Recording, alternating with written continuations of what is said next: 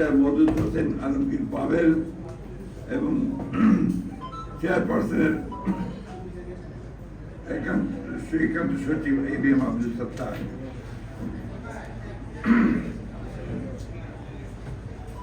পৃথিবীর বিভিন্ন দেশের রাজনৈতিক দলের সাথে সফর বিনিময় চীনা কমিউনিস্ট পার্টির একটি প্রতিষ্ঠিত ঐতিহ্য। এরই ধারাবাহিকতায় ইতিপূর্বে বাংলাদেশ জাতীয়তাবাদী দল বিএনপির এক প্রতিনিধি দল সম্প্রতি চীন সফর করে।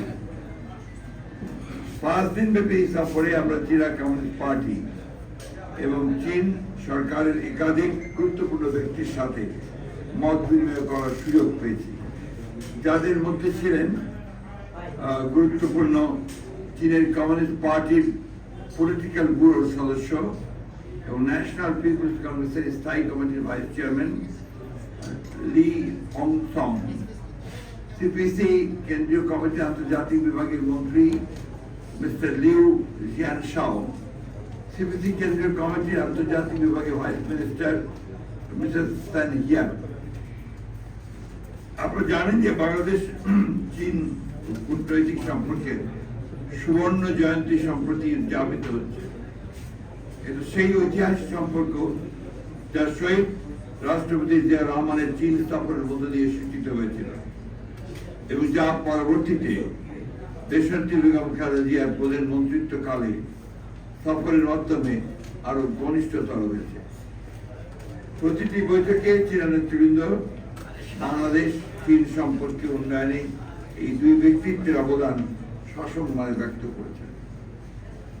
বিশেষ করে চীনের কমিউনিস্ট পার্টির পলিটিক্যাল ব্যুরো সদস্য ন্যাশনাল পিপলস কংগ্রেসের স্থায়ী কমিটির ভাইস চেয়ারম্যান লি হংসং এর সাথে গ্রেট হল অফ পিপলে অনুষ্ঠিত দ্বিপাক্ষিক সভায়, যেখানে তার সাথে আরো উপস্থিত ছিলেন কমিটির গুরুত্বপূর্ণ নেতৃবৃন্দ।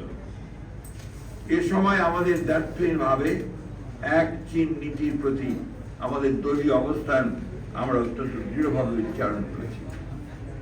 পাশাপাশি প্রেসিডেন্ট শি জিনপিং এর নেতৃত্বে চীনের বিস্ময়কর উন্নতি, আন্তর্জাতিক প্রবৃদ্ধি এবং তার বেল্ট অ্যান্ড রোড ইনিশিয়েটিভের ইতিবাচকতার কথা মর্যাদা ও সম্মানের সাথে আমাদের পক্ষ থেকে ব্যক্ত করা। এই বৈঠকে পলিসি ব্যুরোর সদস্য শ্রী লং হং সিং আমাদের ভারপ্রাপ্ত চেয়ারম্যান জনাব তারেক রহমানকে চীন সফরের আমন্ত্রণ জানিয়েছেন এবং দ্রুতই একটি নির্বাচিত সরকারের সাথে নতুনভাবে কার্যক্রম শুরুর ব্যাপারে চীনের পক্ষ থেকে আশাবাদ ব্যক্ত করেছেন। বৈঠকে বাংলাদেশের অবকাঠামো উন্নয়নে পরীক্ষিত বন্ধু রাষ্ট্র হিসাবে চীনের অবদান সমূহ আমাদের পক্ষ থেকে ধন্যবাদের সাথে উল্লেখ করা হয়েছে এবং ধারাবাহিকতায় আগামীতে ডিজিটাল প্রযুক্তি, সেমিকন্ডাক্টর, নবায়নযোগ্য জ্বালানি, মেডিকেল ও উচ্চ স্বাস্থ্য সেবা, উচ্চ শিক্ষা, যোগাযোগ, আধুনিক কৃষি প্রযুক্তি, এসএমই বিজনেস, ব্লু ইকোনমি, উন্নতর প্রযুক্তি হস্তান্তরের ক্ষেত্রে চীনের অধিকতর ভূমিকা রাখার আহ্বান জানানো হয়েছে। চীনের পক্ষ থেকে এ ব্যাপারে ইতিবাচক অবস্থান সুস্পষ্টভাবে উল্লেখিত হয়েছে। কূটনৈতিক সম্পর্ক স্থাপনের সুবর্ণ জয়ন্তী উপলক্ষ করে আমরা এর অধিকতর প্রায়োগিক দৃষ্টান্ত দেখার অপেক্ষা রয়েছি, যাতে আমাদের মাঝে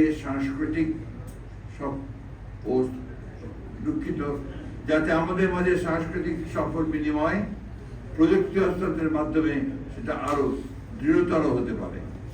আমরা মায়ানমারের রাখাইন রাজ্যের রোহিঙ্গা নাগরিকদের নিরাপত্তে স্বেচ্ছা সম্মানজনক প্রত্যাবর্তনের ব্যাপারে চীনের অধিকতর এবং কার্যকর ভূমিকা রাখার আহ্বান জানিয়েছে।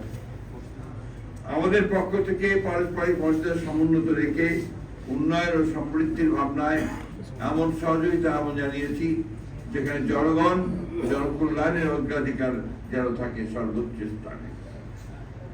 আঞ্চলিক ও ভূ রাজনৈতিক পরিবর্তিত পরিস্থিতি বিবেচনায় নির্যাতিতদের পক্ষে তাদের অবস্থানকে আমরা সম্মানের সাথে অভিনন্দিত করেছি এবং এর ব্যাপকতা দৃশ্যমানতার আহ্বান জানিয়েছে। চীনের সাথে আমাদের সৌহার্দ্যপূর্ণ সম্পর্কের পাশাপাশি গুরুত্বপূর্ণ প্রতিবেশী এবং বৃহৎ উন্নয়ন সহযোগীদের সাথে আমাদের সুসম্পর্ক ক্রমবর্ধমানভাবে উন্নয়নের ধারাবাহিকতা অব্যাহত রাখার ব্যাপারে চীন এবং আমাদের অভিন্ন অবস্থান বৈঠকগুলিতে সুস্পষ্টভাবে ব্যক্ত হয়েছে।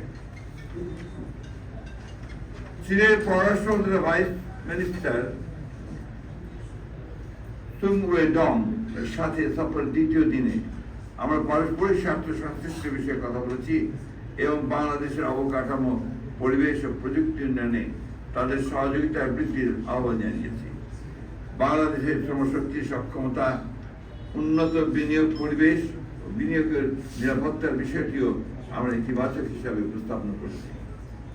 বিগত 17 বছরের অনাকাঙ্ক্ষিত রাজনৈতিক বাস্তবতায় ক্ষতিগ্রস্ত অর্থনীতিকে সহনীয় করতে আমরা ঋণ পরিশোধ সময়সীমা বৃদ্ধি, বিভিন্ন ফি পুনর্বিবেচনা এবং অনুদানের সম্ভাব্যতার বিষয়েও তাদের সহায়তা চেয়েছি, যেন তারা সহানুভূতির সাথে বিবেচনার আশ্বাস দিয়েছেন।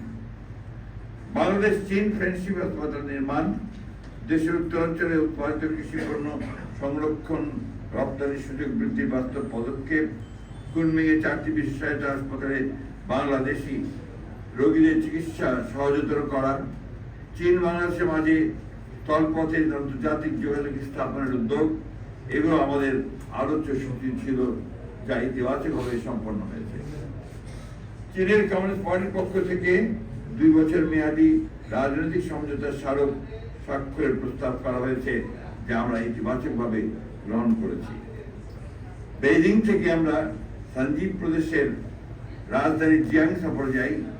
সেখানে আমরা বৈদ্যুতিক গাড়ি প্রস্তুতকারক প্রতিষ্ঠান BYD পরিদর্শন করি, পাশাপাশি তাদের হাইটেক প্রযুক্তি পার্ক সিয়াটন বিশ্ববিদ্যালয়ের পরিদর্শনও আমাদের সফরসূচিতে অন্তর্ভুক্ত ছিল। এখানে প্রায় 50 জন বাংলাদেশি ছাত্র অধ্যয়নরত রয়েছেন। সঞ্জীব প্রদেশে কমিউনিস্ট পার্টি সেক্রেটারির সাথে আমাদের দ্বিপাক্ষিক বৈঠক অনুষ্ঠিত হয়, যেখানে আমরা উচ্চশিক্ষা বিনিময়ে তাদের সাথে গার্মেন্টস শিল্প স্থানান্তরের ক্ষেত্রে বাংলাদেশকে বিবেচনা রাখার প্রস্তাব বিবেচনা করার আহ্বান জানিয়েছি। সফরের অন্যতম গুরুত্বপূর্ণ পর্ব ছিল জিয়ান শহরতলির একটি আদর্শ গ্রাম পরিদর্শন, যে গ্রামবাসী সক্রিয় অংশগ্রহণে তাদের স্বাস্থ্য, শিক্ষা, বিনোদন, কর্মসংস্থানের অপূর্ব সুযোগ সৃষ্টি করেছে। একই সাথে আমরা জিয়ান মহানগরীর একটি কমিউনিটি ইউনিট পরিদর্শন করি, যা স্বেচ্ছাশ্রম ও জনকল্যাণ শিক্ষার একটি সমন্বিত অনুপম উদাহরণ। সার্বিকভাবে এই সফরের মাধ্যমে আমরা এই দুই ভাতৃপ্রতিম দেশের বিদ্যমান বন্ধুত্বপূর্ণ সম্পর্ককে আরো উন্নততর ঘনিষ্ঠতা করার সুযোগ পেয়েছি, যা আগামীতে আরো প্রতিষ্ঠিত হবে বলে আমরা আশাবাদী। এই সফর আয়োজনের উদ্যোক্তা হিসেবে চীনা কমিউনিস্ট পার্টি, ঢাকাস্থ চীনা দূতাবাস এবং আমন্ত্রণকারী চীন কমিউনিস্ট পার্টির আন্তর্জাতিক বিভাগকে ধন্যবাদ এবং কৃতজ্ঞতা জ্ঞাপন করছি।